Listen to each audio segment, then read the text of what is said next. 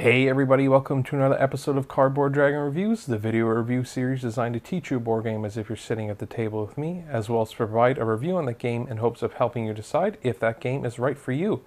Today we are taking a look at Pandemic, which is a cooperative board game for 2 to 4 players. It takes about 45 minutes to play, and it's recommended for ages 8 and up, though I would suggest you probably want to be a little bit older than that to be successful at mastering the rules of this game and playing it well. In this game, we're going to be taking on the role of these health service provider people here, specialists, who are going to be globetrotting, trying to get rid of 4 different colors of diseases before they overrun the world. And this is a cooperative board game, so all the players are going to be working together against the game, which is going to be driven by these cards, and the game is going to put out these disease cubes that are going to be placed around the world, and we're going to have to try and get rid of those before the world gets overrun and ridden with disease. So this is a very popular game, actually. I've heard a lot of people who I don't think are into board games or who are just getting into the hobby of modern board gaming talking about Pandemic. And a lot of them tell me that they struggle with learning the rules because it's a very different game than your conventional board game, certainly because it's cooperative, but there's also a lot of steps in the game. And while I don't think it's hard, I don't think the rule book is laid out in a way that's very user-friendly for new players. So what I'm going to try and do here is show you how to play the game and walk you through how to play, and then you will learn how to play Pandemic, and I'll give you my review on the game after I teach it to you, and I hope to also do a full playthrough of the game in another video, and then you can see how the game plays. So let's go ahead and let's teach you how to play Pandemic. Okay, so let's talk about how we first get set up with Pandemic. There's some things we need to do to start. The first thing we need to do is get out our tokens. So we have all of these wooden house-looking things here. These are called research centers or research stations, and we'll just set these at the top of the board, and we start with one of them put in Atlanta, which I guess is a home for the Center of Disease Control. And then we also need to lay out these bottle-looking wooden tokens. We set these at the bottom of the board in their matching disease color. And we set them face down. One of the sides has like a cancel icon on it. That needs to be face down for now. You'll also notice my board has a spot for a purple disease.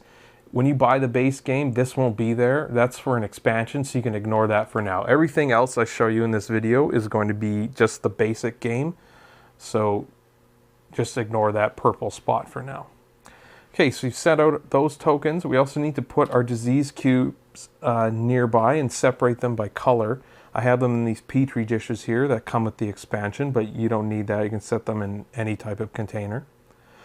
Then we need to deal out these roll cards here. And on the back of the cards, they'll say roll. And I have mine put in purple sleeves. I played this game a lot, and some of the cards got worn out, so I decided to sleeve them so we couldn't see which card was which. So you'll have 7 of these, and you need to randomly deal out 1 to each player. If you really wanted to, you could pick them, but I think the game is more fun if you randomly deal them out. So I'm just going to give myself the orange and the green one here, just so they're easier to see when they're on the board. And those players start in Atlanta with the research station. Okay, at this point we need to get out our deck of blue cards. I have these sleeved in blue, but their back looks like this, and they have a blue cross on them. We need to give that a good shuffle. We keep all of the event cards in this deck as well at this point. But let me show you. There's 2 basic types of cards in this deck right now. There's location cards. For every city on the map, there's 1 matching card in this blue deck, and then there's 1 matching card in this green deck, which is up here right now. This is the infection deck, and this blue one is called the player deck. There are also these special event cards They look very different, so you can tell them apart. And those are only in the blue deck. So every city on the board has a blue card and a green card, and there's no duplicates. They only have one card in each of the decks. So we need to give these a shuffle now, and we need to deal out cards, the starting hands, to players. We have a 2-player game right here, so we'll be dealing out 4 cards to each player. In a 3-player game, it's 3 cards each, and in a 2-player game, it's 4 cards. Or sorry, I got that wrong. A 4-player game, it's 2 cards each. In a 3-player game, it's 3 cards each. In a 2-player game, it's 4 cards each. So it's a bit of an inverse there. So we'll just go ahead and we'll deal them out. It doesn't matter what they get. Now, when you're playing this game,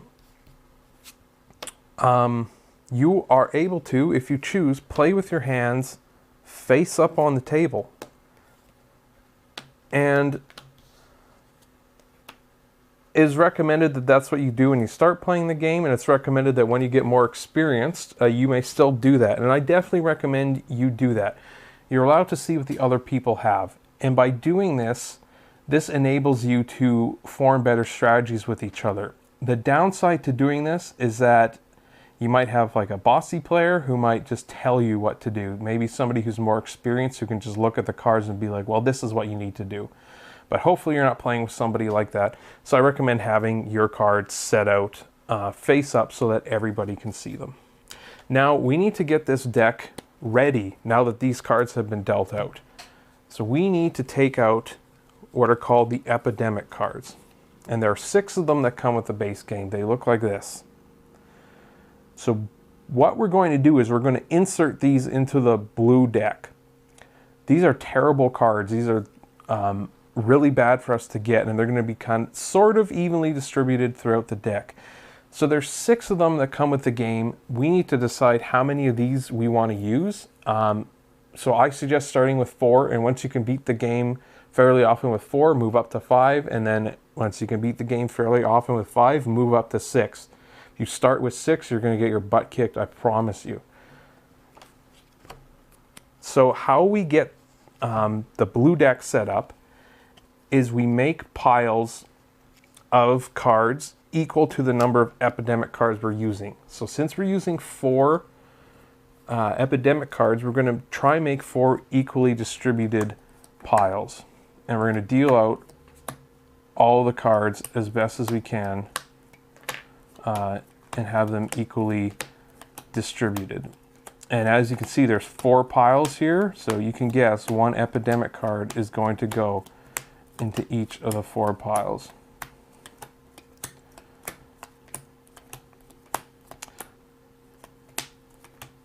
So this is a part you want to do carefully and slowly, because if you do this wrong, you're going to mess up the game. Okay, so what you do, this pile obviously has 1 more card than the others. That's totally fine, but it just means that this card needs to be put on the top of the deck. And you'll see what that means in a second. So for each of these little piles, you want to put in 1 epidemic card into them. And then give them a shuffle. And then keep them separate from each other.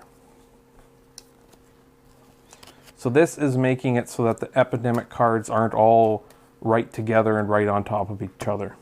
It can still happen that there'll be some very close to each other, but you're not going to get all 4 of them in a row or anything like that. Okay, so now that we've done that, we need to stack our deck, starting with the pile that has the most cards and continuing on until we get to the pile that has the least amount of cards. So this is our deck. Do not shuffle this deck now. It is the way it is going to be for the rest of the game. Okay. Now, the final thing we need to do to get set up is to start infecting the cities. I think this is where a lot of people get confused when they're starting to play the game.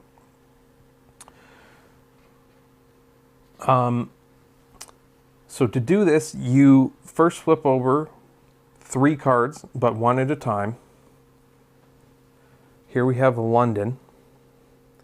And the first 3 cards you flip over need to get 3 disease cubes of their matching color put onto their location on the map. So here's London. We drew London. London is a blue city.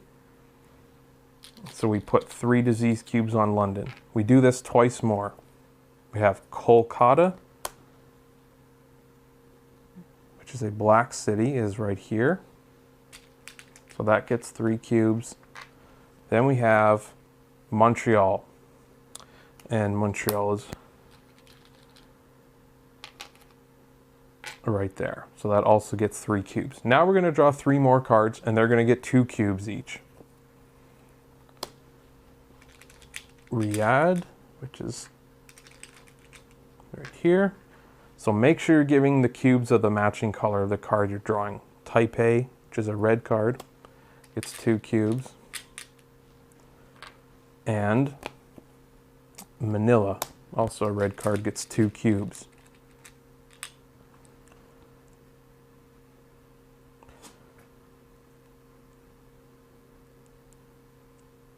And I'm having trouble finding Manila right now. There it is. If you notice, you can look at these cards. If you can see them really close, they actually have a pinpoint location on the map where the spot is. Okay, and then we're going to draw 3 more cards, and these are going to get 1 cube each. And then we're done setting up the game. Seoul,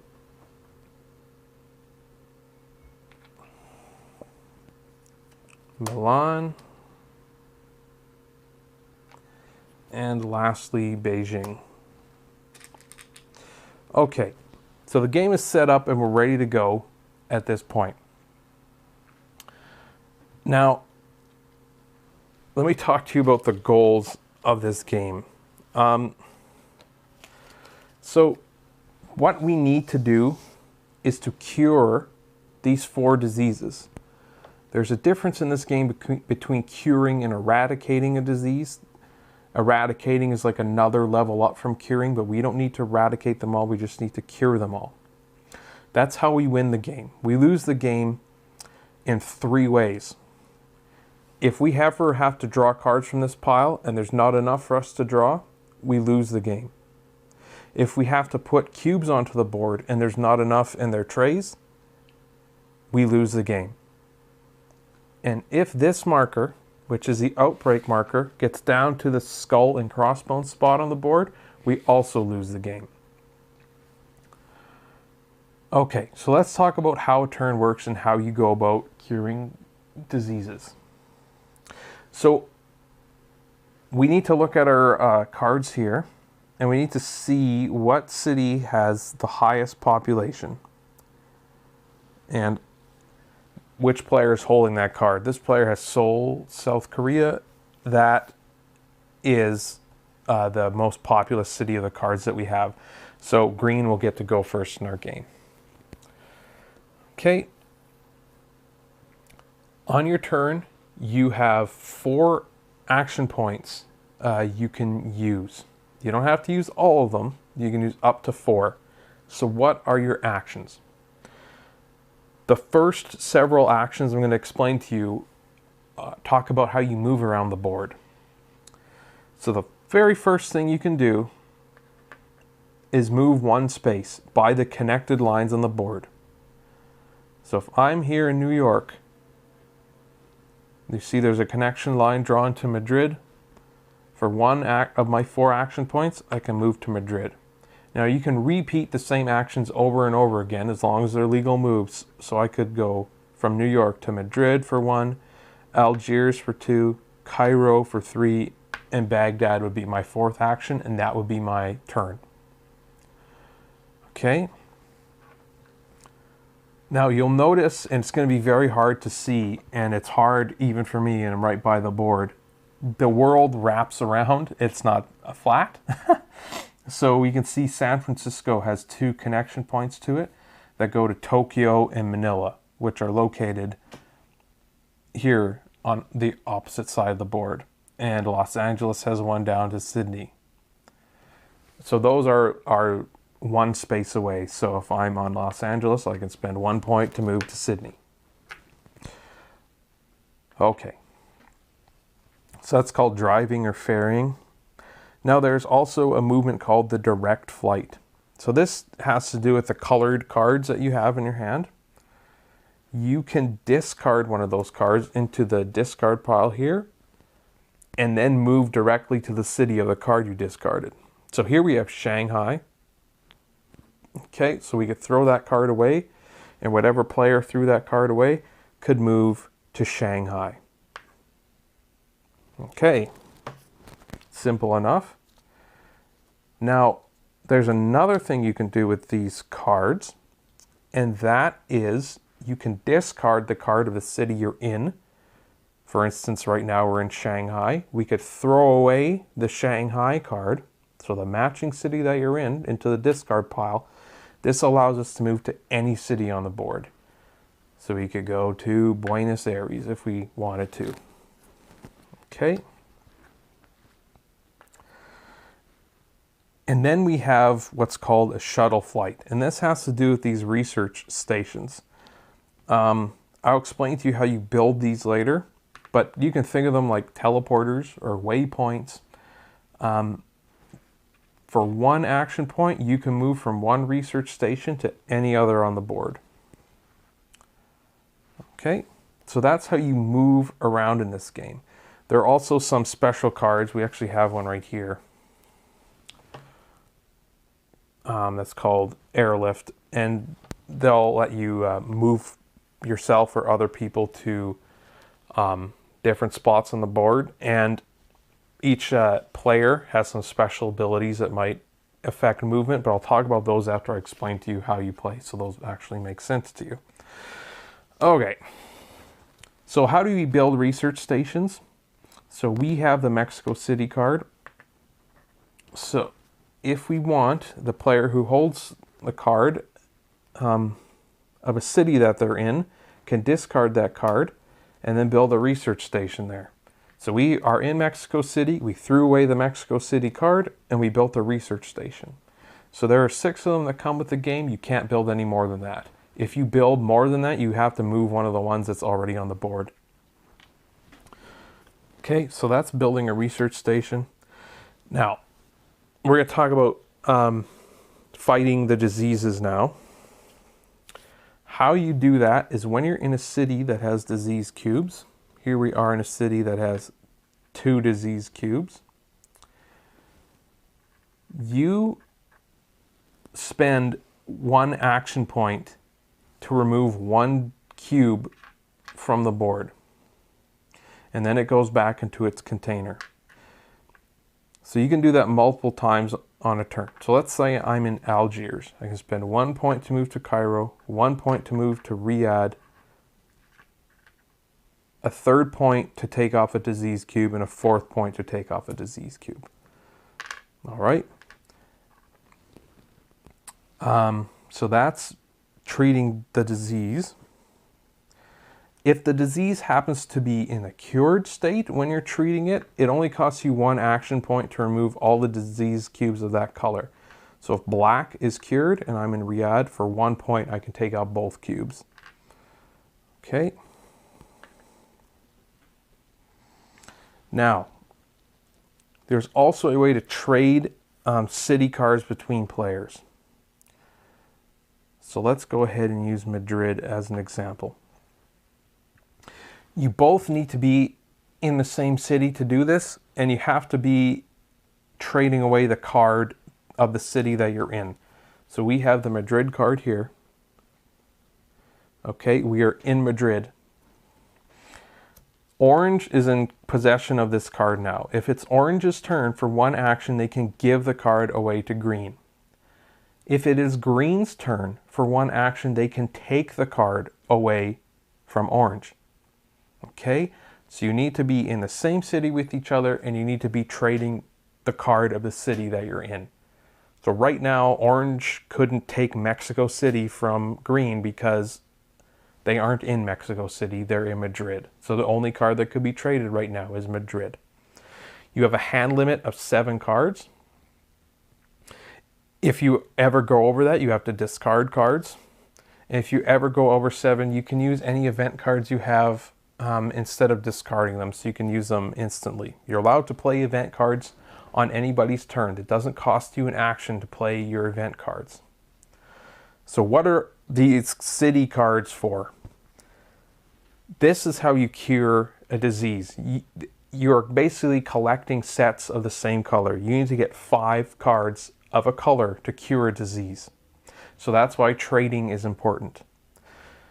So once you get 5 cards, once one player has 5 cards of a color, they need to get to a research station at some point, and then for one action they can discard all those cards to the discard pile, and the disease becomes cured.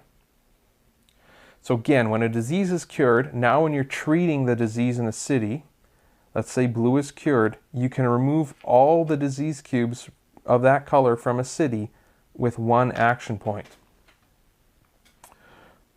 Now, if a disease is cured and there are no cubes of that color on the board, that disease becomes eradicated. And you'll flip that token over, and now if you would have to add that color of cubes to the board, you don't have to do it. So that color will never be seen again in the game. So again, our goal is to get all 4 of these cured before we lose the game.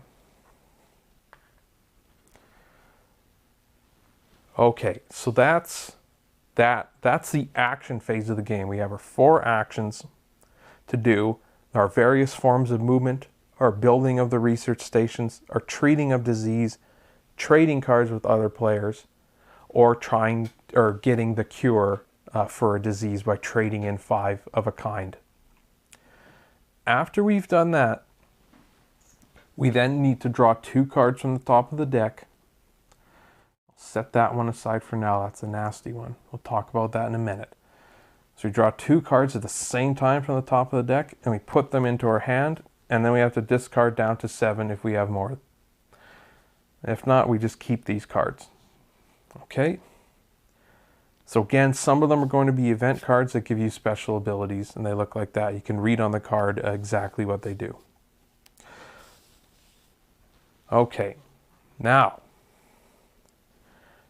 I'll talk about the bad kind of card that you can draw, the epidemics, in a second. But let's assume you didn't draw any epidemics. Now what do you have to do? Now you need to infect the world more with the diseases. So you look at this marker here. This is the infection rate. It's going to go up throughout the game. But there's numbers below it. 2, 2, 2, 3, 3, 4, and 4. After you've done drawing your blue cards, you need to draw a number of green cards, one at a time, equal to the infection rate you're on. So we're on number 2 infection rate, so we'll be drawing 2 cards. So first thing we got is Ho Chi Minh City.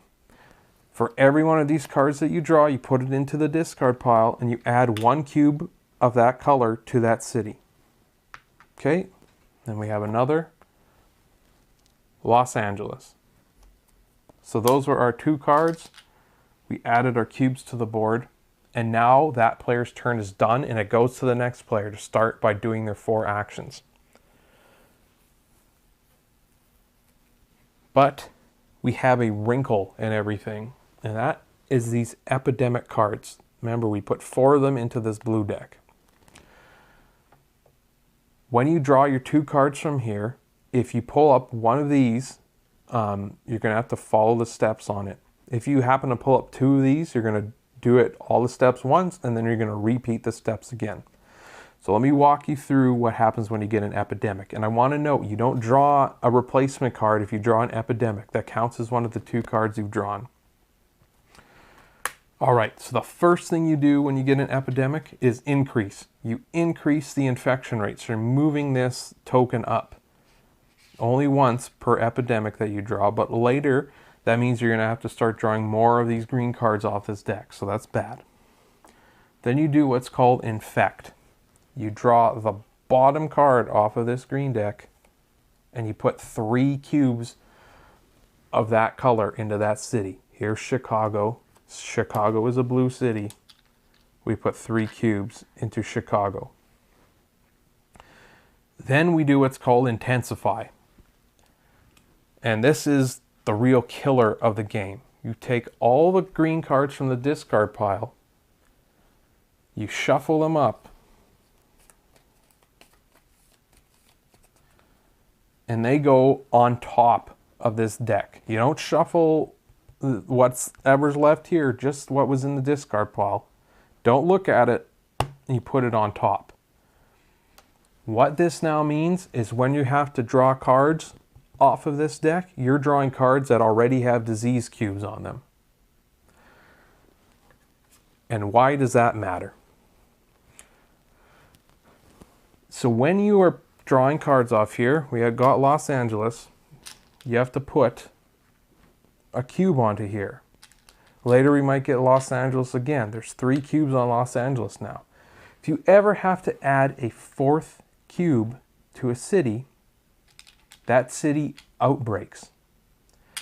So when you get an outbreak, you move this marker up, the outbreak marker. If that ever hits the bottom, skull and crossbones, game over. So let's say we drew Los Angeles and it had an outbreak. We go to add a cube to Los Angeles. It has 3. We can't add more. So now every city that is connected by Los Angeles, or to Los Angeles by a line, gets a yellow cube. That includes cities that aren't natively yellow cities. So we can see Chicago here is a blue city. It still gets a yellow cube because it's connected to Los Angeles. We get San Francisco. And you see this line that goes to Sydney, that still gives Sydney a cube down there. Now, what can happen also is you might get a chain reaction. So we have London up here, has 3 cubes on it right now. If we drew London from this deck, London would outbreak. We'd mark it up on our counter. Every city touching London would get a cube. And look at that, we have to add a 4th cube to Madrid. So Madrid now outbreaks. We move our outbreak marker up. When you get a chain reaction like that, you don't add cubes to any city that's already had an outbreak this turn. So London would not get another cube, but every other attached city would. Okay, and now remember, running out of these cubes is another way to lose the game. So what this game essentially turns into is you're going to have these hot spots on the board. Like right now, blue is in terrible shape, and you're going to have to run around and try to deal with the cities that have 3 cubes on them, because those are very dangerous. Not only do they start draining you of the possible cubes you have left to put on the board, but they're going to start adding outbreak counters to your board. So it's killing you in 2 ways.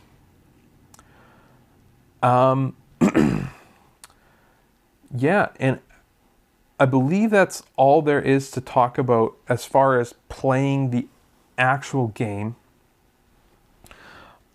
I want to talk to you, though, about the roles that you can get, because these give you special rules that allow you to break the game a little bit. So, first person we have here is the medic. So, when the medic is doing his treat disease action, for 1 action point, he takes off all the cubes of the color from the city. So, in Madrid, he would take off all 3 of these cubes for 1 action. Okay. Which is similar, the exact same as what happens when a disease is cured. So when a disease is cured, the cubes get removed from the board when he just walks into a city. So just spending 1 action to move up here to London gets rid of all of these cubes. Okay. Additionally, when he is in a city, cubes, when a color is cured, cubes of that color can't be put there. So blue is cured, he's in London. Blue cubes can't be added to London while he is in London. Then we have the quarantine specialist. This is a pretty powerful role. Wherever she is, the city that she is in, and every city connected to it, cannot get cubes put on top of them. So she's in Cairo. That place can't get cubes on it. Neither can Khartoum, Algiers, Istanbul, Baghdad, or Riyadh, which are all connected to Cairo. So she can help control situations. Okay. We then have the researcher. So the researcher allows you to break, sorry, let me show that to you. Allows you to break the rules of trading cards. So what the researcher allows you to do is, as an action, you can give somebody a card, or another player can take a card from you, any city card in your hand. So you don't have to both be, well, you have to both be in the same city, but you don't have to be in the city that you're trading the card. So if these people are together in London, the Mexico City card could be given by the researcher, or the other player could take the card from the researcher. Okay, and we have the scientist. So scientist is very simple. They only need 4 cards instead of the normal 5 to cure a disease. Okay, then we have the operations expert. They can build a research station in the city that they're standing in without throwing away a card, or even being in a matching city of a card that they have. Also, they're able to move from a research station to any city on the board by discarding a card. Okay, we then have the Contingency Planner, who for 1 action point can take an event card that's in the discard pile and put it on top of their card. And they can only hold 1 of those event cards at a time, and it doesn't count against their hand limit that they're holding it. They're allowed to play this event card, though, as if it was in their hand, but when they play it, it gets removed from the game. Okay, and then we have the Dispatcher, which is maybe the most confusing role in the game. The Dispatcher allows you to move any pawn as if it was your own. So that's not only moving them place to place on the board like this. The Dispatcher can discard cards out of their own hand, out of the Dispatcher's hand, and use those to fly other people around the board. Okay? So that still costs their action points to do all that stuff like normal. Now their other ability is very powerful. For 1 action point, they can move any pawn into a city that has another pawn. So these 2 are separated. The Dispatcher could put them together for 1 action point. This is very helpful in coordinating trading. Okay, and you'll notice each of these cards has the icon up in the top corner there. That's the color of pawn you'll be taking out of the box. Just so you don't get confused about what character you're playing. So, again, our goals in the game are to cure all 4 diseases before either we have too many outbreaks, we run out of cards in the deck, or we can't put enough disease cubes onto the board. Now remember, with this drawing part, it's only when you have to draw cards and can't that you lose. So if it comes to your turn and there's only 2 cards left in the deck, you're still okay. You still get to take that turn. So next player who has to draw cards and there's not 2 in the deck, that's when you would lose the game. Okay? Now again, I recommend playing with your hands face up. I think that's very helpful. And play with 4. Trust me, play with 4 Epidemic cards. Play with 4 of these first. Master that game.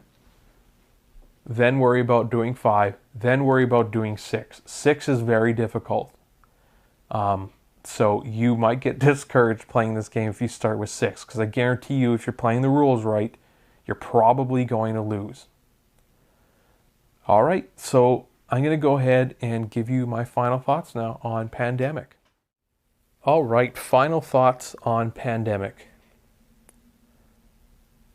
This is a very popular board game, And I think a lot of people start off, playing this game, and you can see it's won a lot of awards there on the bottom. And I think that this game epitomizes what modern designer board games are. This game is amazing. This is one of those games that got me into the hobby very deeply. And I think it does that for a lot of people. I think it's a bit of a difficult thing for people to grasp and learn because it's very different, and there's different systems going on in this game. But once you grasp that, this game is incredible. This game is a 10 out of 10 for me. This is one of the best board games I've ever played. It's probably the most played board game that I own. There was a point during this where we were playing this every night of the week, trying to beat it on 4, then 5, then 6 Epidemic Cards, and we eventually did. And there are expansions to this game. I only have one of them, which I really only use to add more roll cards, and it has the purple disease in it too. But I didn't find it was that great. I haven't tried the other one. It didn't look that interesting to me. But the vanilla game, you are more than getting your money's worth with this. Boy, I'm gushing about this game right now, just remembering us having played this. The funnest part of this game, you need to have your cards out in front of you that you can see other people's cards, because the best part of this game for me is the planning. This game turns into like a puzzle of efficiency, where you only have so many turns. How are you going to get done what you need to get done by using everybody's special abilities and all the cards that they have and where they currently are on the board and where the hotspots are? How are you going to manage that all? What is the most efficient way to do that? I can remember us trying to beat the game with 6 cards, and we had like 2 turns left, and we sat there for 10 minutes and figured out exactly what we needed to do to win with not a single turn left. That was incredible. I still remember that. This is the first 10 I've given on this website. There will be more 10s, and a lot of them that get that score have to do with me remembering sessions of what happened in that game, because they're kind of magical moments. And I don't think a lot of board games do that. There's this kind of story that can be told. And I don't think, frankly, a lot of multiplayer video games really do that either. But there's certain ones that you just remember things happening, and it just feels special, these special moments that happen. This game does that. I think it does that very well. What I don't like about the game, it's hard for me to complain about this game, but what I will say is I wish the board was a little bigger so that some of the font could be bigger. It is extremely difficult for you to see right now, and it's very hard for me to even see, so I can't really communicate this to you. But just like San Francisco written on here is in such incredibly tiny font that's hard even for me, who's right here looking over the board, to read that. And it's equally hard to read some of the populations that are written on the top of these cards. Sorry, got a glare there. Hopefully you could see that. Just wish the font could be a bit bigger. These pawns, I wish these could be a little bit different other than just color. Maybe something more with looks, but at the same time I say that would drive the price of the game up a whole lot, and more people probably wouldn't want to play it just because of that. Now, there's this thing in cooperative gaming you hear people talk about called alpha gamer. What that means is when there's a person who basically just bosses the other people around and tells them what to do, either because that's the type of person they are, or because they know how to play the game and have played it before and they're playing with new people. That could definitely happen with this game, because this is a game that you can learn to be better at. You learn to make better decisions at. There's still random stuff happening because you're playing with cards, but you can learn about what's a better move to do in certain situations. So because of that, certain people have more experience and they might try and tell the other players what to do. Is that a problem with the game? I don't think that's so much a problem with the game as it is with the players. I have played this game with new people before, and I do my best to keep my mouth shut and let them try to come up with their own decisions so that they can play the game, become more experienced at it, know the systems, and then I can get in more of my ideas and suggestions, and they can give me feedback on those. When you can work together as a team on this, beautiful. I was lucky in that we started out with 4 people who were all at equal skill level. Nobody had ever played this before. And we grew together, and we were the ones who went from 4 to 5 to 6 with the same group. Amazing experience. You can still introduce this game to new people, but you just need to be careful that you're not telling them what to do, and you're trying to encourage them to give their suggestions and ideas and feedback. So again, I don't really have much to complain about this game. I think this is just an incredible board game. Again, a 10 out of 10 to me. This game will always be in my collection. I haven't played it for a while, just because we managed to beat it with 6 cards, and it's sitting here looking at it, and I'm getting those same feelings back, and I just want to play it some more. And I will be doing a full playthrough of it. You can laugh at me when I don't remember what I'm doing and I get my butt kicked by the game. But if you are new to board gaming, this is one of the games that got me into the hobby. I cannot recommend it enough. If you're interested in board gaming, I think you need to at least give this game a shot. I mean, I started out with this as maybe the 3rd game I owned, and we're nearing about 100 games at this point. And so be careful, be careful when you buy this, because you might be opening Pandora's box.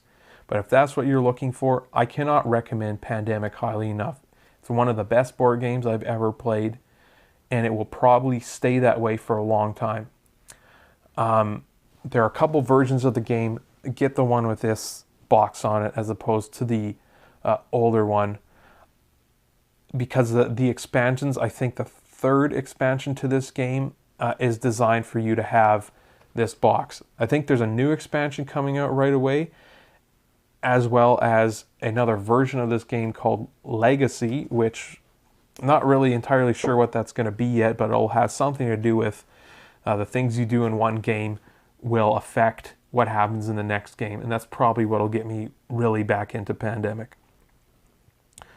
But man, amazing game, one of the best I've ever played.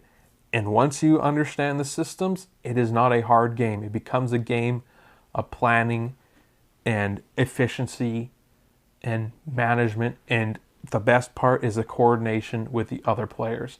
I played this game with 2, I played it with 3, I played it with 4. I like it with all the numbers, as long as you're playing with somebody who you can bounce ideas back and forth off of and decide what's best for you. So man, I cannot recommend this game highly enough. Go check out Pandemic, and like and subscribe to my channel for more board game reviews and tutorials. And until next time, this has been Chris for Cardboard Dragon Reviews. Keep your dice on the table.